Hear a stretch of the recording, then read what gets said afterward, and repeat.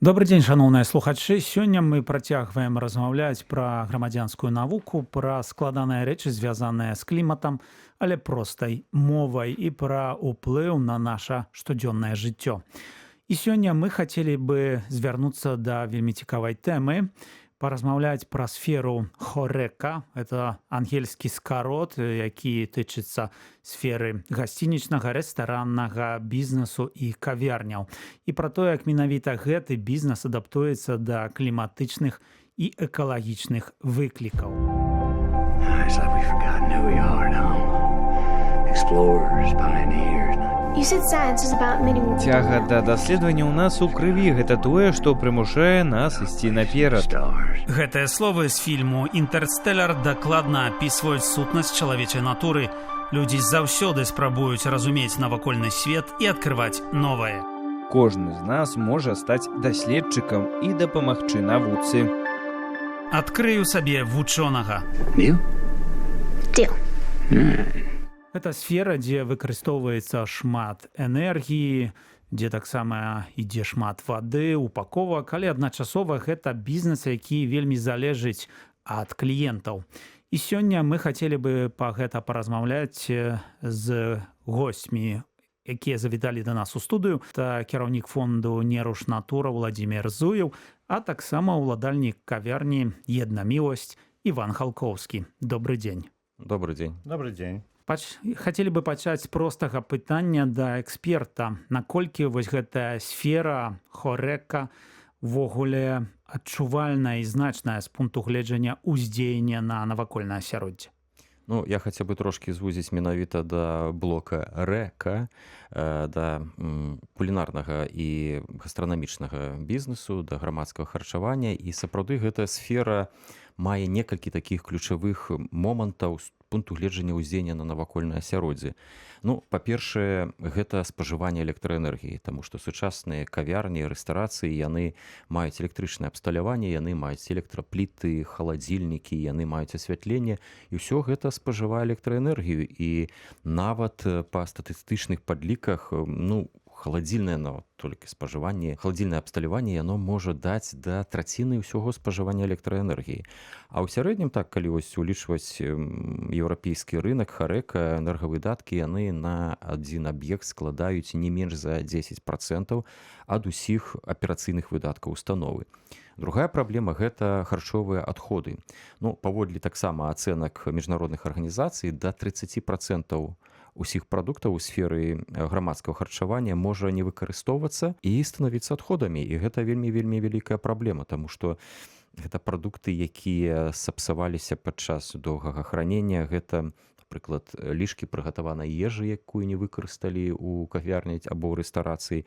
Ну і таксама, напрыклад, неправільна арганізаваныя закупкі, якія ствараюць нерэалізуемыя рэшткі харчавання. І пры гэтым вось харчовыя адходы гэта не проста страта грошай прадпрымальніка, гэта яшчэ вялікая праблема для навакольнага асяроддзя, таму што утылізацыя харчовых адходаў яно выклікае дадатковы ўплыў на атмасферу праз выкіды парніковых газаў. Ну і, канешне, трэці вельмі важны фактар – гэта спажыванне вады, таму што грамадскае харчаванне не можа абысціся вады як у прыгатаванні ежы, так і, напрыклад, пры мыцці посуду, паверхні саміх ось гэтых аб'ектаў. І у вялікіх установах за дзень можа спажывацца нават сотні літраў вады. Ну і, канешне, вялікая праблема зараз, асабліва з развіццём фастфуда, гэта упакоўка. Аднаразовая упакоўка, пластыкавая упакоўка, якая, па-першае, выцягвае грошы з саміх спажыўцоў, і, па-другое, яна можа негатыўна ўплываць на навакольнае асяроддзе. Так што можна сказаць, што грамадскае харчаванне гэта вельмі вялікі такі комплекс уплыву на навакольнае асяроддзе і нават на эканамічную сітуацыю. Іван, скажыце, калі ласка, калі вы чуеце пералік такіх фактараў уздзеяння, вам не робіцца страшна, не ведаю, што вось вы ўзяліся за бізнес, які такі складаны. Не, страшна не становіцца, бо мы прадпрымаем нейкія крокі, каб знізіць вось гэтае негатыўнае ўплыў на навакольнае асяроддзе. Напрыклад, пра што мы можам казаць? Мы пачнем з апошняга. Гэта упакоўка. На мой погляд, гэта насамрэч вялікі кавалак вось гэтага ўздзеяння. Але мы адказваемся ад пластыкавай упакоўкі, мы ўжываем папяровую, ці вось зараз з'явіліся з кукурузнага жмыха, з трасніковага жмыха. І гэты посуд нават лепей, чым пластыковы, ён і выглядае лепей. Ну, акрамя таго, што яго можна пераработаць, ён выглядае лепей, ён больш такі моцны, і талерачкі, і відэльцы нават не параўнаць. Бо такія пластыковыя, яны ломкія вельмі. І нават можа адзін зубік відэльца астацца дзесьці ў ежы. А гэтыя з трасніковага жмыха вельмі моцныя такія. Ну, вось, адказваемся ад пластыкавай упакоўкі. Засталіся ў нас толькі, падаецца, пакеты, у якіх храніцца замарожаная ежа. І гэта вось вельмі вялікая праблема, бо мы не можам знайсці гэтаму замену. А ўжываем іх шмат. Што датычыцца электраэнергіі, то гэта праўда. Калі не ўлічваць кошты арэнды, кошты работы працаўнікаў, то электраэнергія гэта адзін з самых вялікіх выдаткаў. Владимир, то вы казалі пра залежнасць нават пэўную, так, што вось гэтыя розныя элементы, вада, упакоўкі, электрычнасць. Якая тут залежнасць клімата? Ну, сфера харэк это сапраўды кліматазалежная. Па-першае, то, што арыентуецца часам нават невялічкая кавярня на пастаўку прадуктаў не характэрных для нашай кліматычнай зоне. То есть, вы не знойдзеце ў Варшаве кавярню, якая б спецыялізавалася толькі, напрыклад, на гарбаце з нейкіх белавескіх раслін. Кавярня гэта абавязкова кава, гэта гарбата, а гэта ўсё прадукты, пра якія мы гаварылі ў ранейшых сустрэчах, вельмі кліматазалежныя, і зараз на каву, на какаву, на гарбату адбываецца рост коштаў. І гэта ўсё адбіваецца і на прыбытку самого сектара харэка, і на нашых кішэнях як спажыўцоў. Ну і рэстарацыі кавярні ўжо, это паказваюць эксперты на глобальным узроўні, яны ўжо сутыкаюцца, напрыклад, з парушэнняў ланцужкоў паставак тых ці іншых прадуктаў, не толькі кавы, але, напрыклад, і больш традыцыйных, напрыклад, зерня, мукі, рыса і гэтак далей. Ну і трэба памятаць, што клімат, як і гаварыў ужо Іван, ён уплывае на энергаспажыванне саміх установах, таму што пры спякотным леце рост выдаткаў на электраэнергію будзе ўзрастаць. Гэта і халадзільнае абсталяванне, гэта неабходнасць кандыцыянавання, а зімой таксама. Зімой таксама людзі, калі нават будзе халодная зіма, людзі будуць хацець, каб аб'ект грамадскага харчавання быў цёплым, утульным, а для гэта трэба таксама спажыванне для абагрэву. Ну і трэба памятаць, што цікавы такі аспект, гэта вось паводзіны кліентаў, таму што надвор'е вельмі ўплывае на наведвальнасць. То есть, можна нават у Івана спытаць, вот зімой, калі былі маразы, ці часта да іх прыходзілі наведвальнікі. І таксама і спякота. Людзі хочуць пабыць дзесьці ў прахалодзе, яны не хочуць выходзіць з дому, яны замаўляюць, напрыклад, дастаўку кур'ерам, і гэта таксама трошкі ўплывае на эканамічны эфект гэтай дзейнасці. Іван, скажыце, вы пацвярджаеце гэту інфармацыю Владимира? І, скажам, вось прыклад, сёлета нетыповая зіма, як для рэгіёна за апошнія гады. Як гэта адбілася на вашым бізнесе, на кавярні? Тое, што казаў Владимир вышэй, усё верна, усё дакладна. Бо узімку, асабліва ў гэтай стычань і люты у гастранаміі гэта цяжкія месяцы, заўжды. Але ў гэтую зіму было настолькі цяжка, гэта можна спытаць у любога уласніка, хоць кавярні, хоць рэстарана. Гэта вельмі адбілася на колькасці гасцей. Бо былі такія маразы, што людзі не выходзілі з дому наўпрост. І ім не важна, там у кавярні цёпла ці не, яны дома прыгатуюць. А чаму не замовяць праз дастаўку? А таму што дастаўцы ў такія маразы таксама не ездзілі.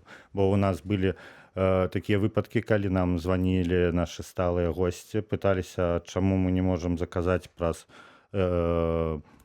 сервіс доставки, вы што, не працуеце? Не, кажу, працуем. Ну, а вось не можам дастаць. А мы потом спыталіся, ну, кур'ераў няма кур'ераў, холодна. А увогуле вось можа быць некалькі слоў вы бы сказалі пра вашу кавярню і ці вы імкнецеся вось гэтыя кліматычныя экалагічныя моманты браць пад увагу ў вашай працы? Ну, хацелася б удакладніць, мы больш не кавярня, мы перагарня кавярня, бо мы ставім стаўку на такую на дамовую кухню польска-беларускую.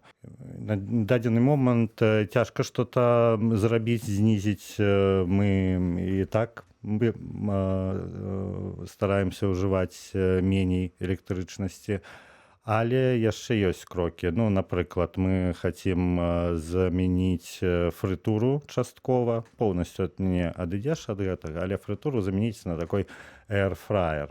Ён, напрыклад, і менш спажывае, і няма вось гэтых адходаў, няма фрытуры, которую трэба аддаваць кудысьці на пераработку, якую, як я ведаю, нават не перарабатываюць, а наўпрост неяк захароніваюць. Спальваць в асноўным. Спальваць, ну, вось.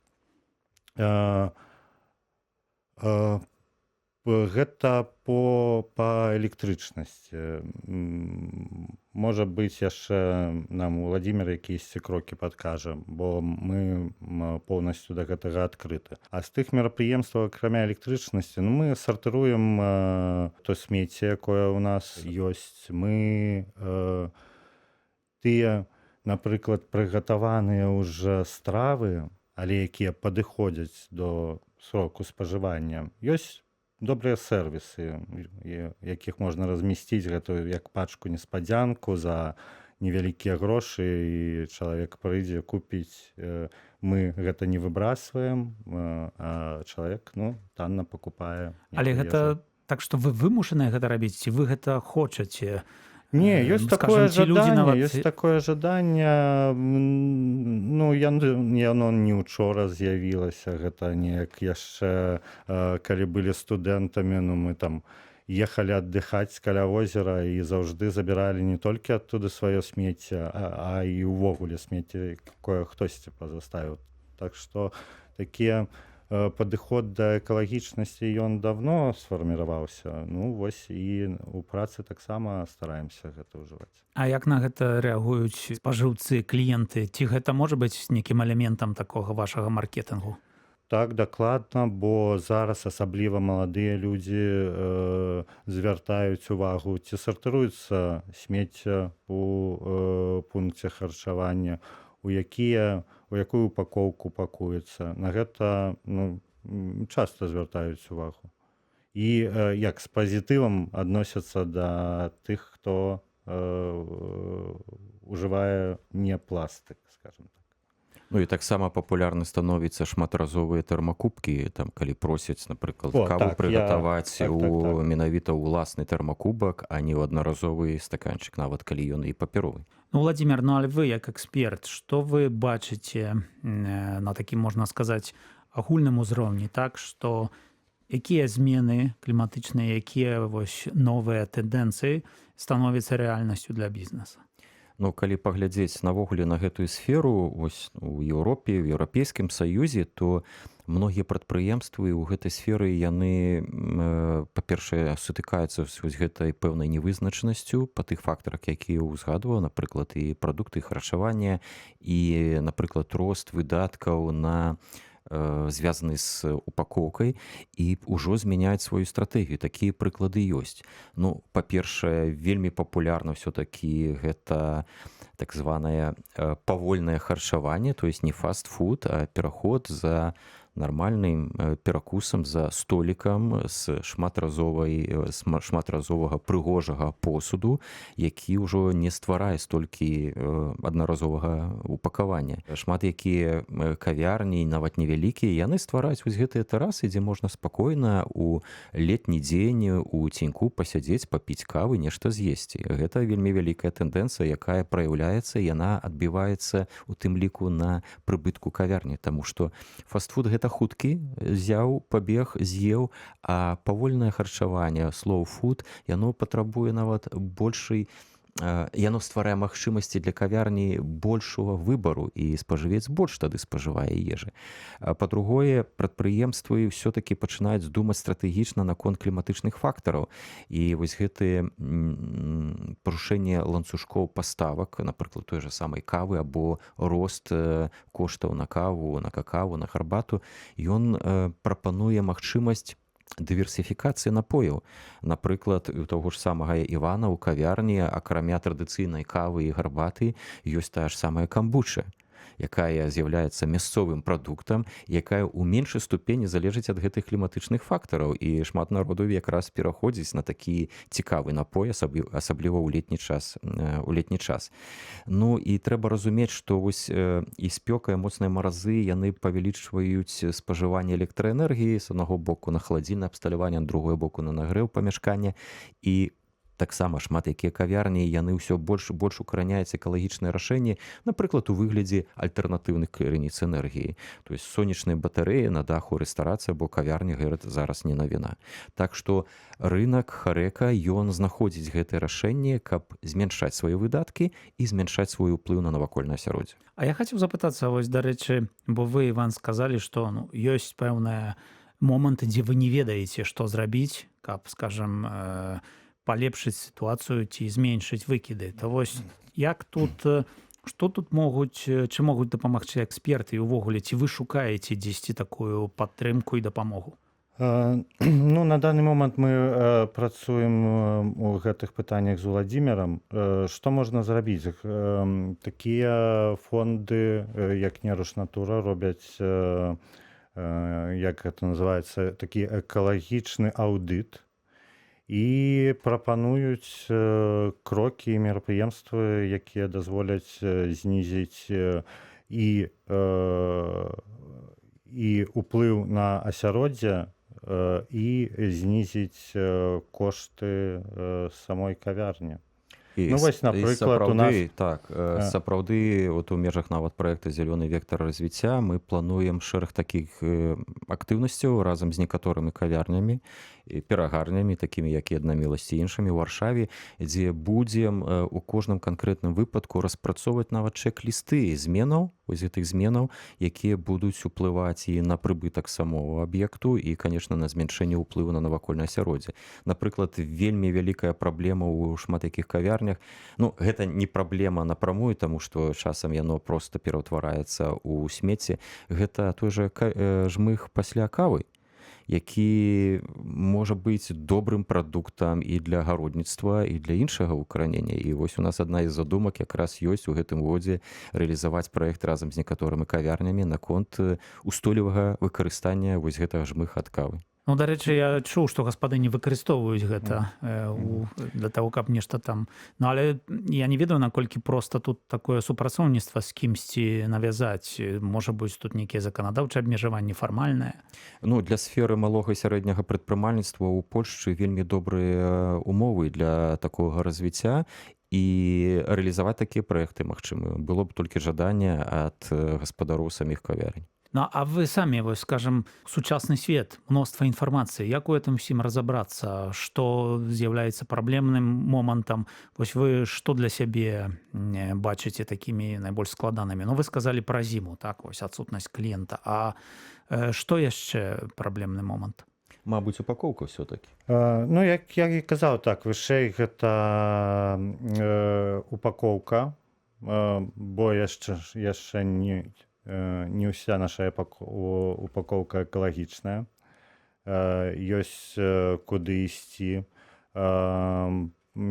Наконт, вось, Уладзімір казаў пра сонечныя батарэі. Мы таксама думалі пра сонечную батарэю на даху, але ў нас такі цень стала ўвесь дзень. Але у нас дзьме дуже такі вецер. Паветраныя потокі. Паветраныя потокі, так, моцныя.